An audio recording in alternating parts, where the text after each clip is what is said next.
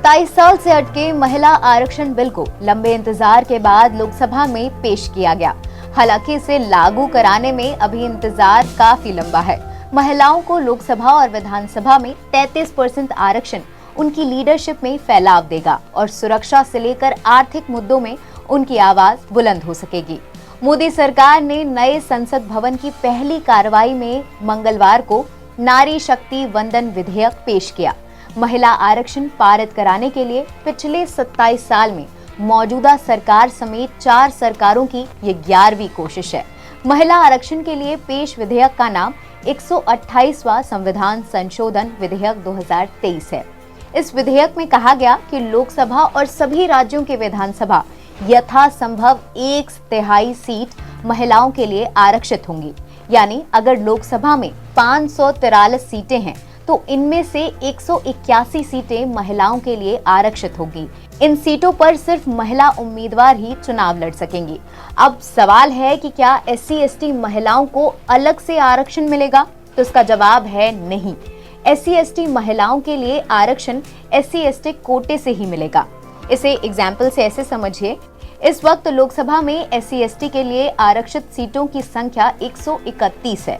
महिला आरक्षण लागू होने के बाद इनमें से 1/3 सीटें यानी 44 सीटें SC/ST महिलाओं की हो जाएंगी और बाकी की 87 सीटों पर महिला या पुरुष कोई भी चुनाव लड़ सकता है।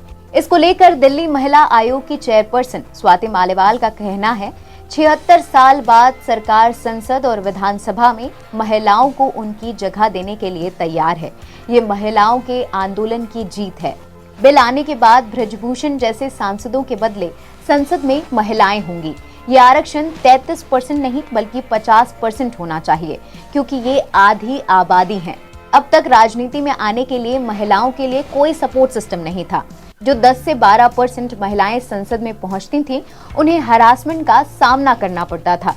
मगर अब तादाद बढ़ेगी तो उन्हें खुलकर स्वीकार किया जाएगा। विधेयक में साफ तौर पर लिखा गया कि महिलाओं के लिए 1/3 रिजर्वेशन डीलिमिटेशन यानी परिसीमन के बाद लागू होगा। विधेयक कानून बनने के बाद जो पहली जनगणना होगी उसके आधार पर परिसीमन होगा। एक्सपर्ट्स के मुताबिक 2026 से पहले परिसीमन लगभग असंभव है, क्योंकि 2021 में होने वाली जनगणना कोविड-19 की वजह से अब तक नहीं हो सकी है।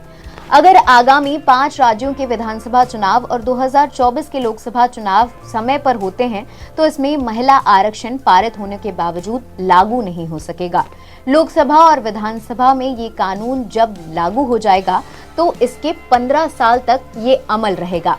इससे आगे रिजर्वेशन जारी रखने के लिए फिर बिल लाना होगा और मौजूदा प्रक्रिया के तहत उसे पास कराना होगा। अगर 15 साल के बाद उस समय की सरकार नया बिल नहीं लाती है तो ये कानून अपने आप ही खत्म हो जाएगा। और भी ऐसे वीडियोस के लिए जुड़े रहें NBT ऑनलाइन के साथ। मैं श्रुति, धन्यवाद।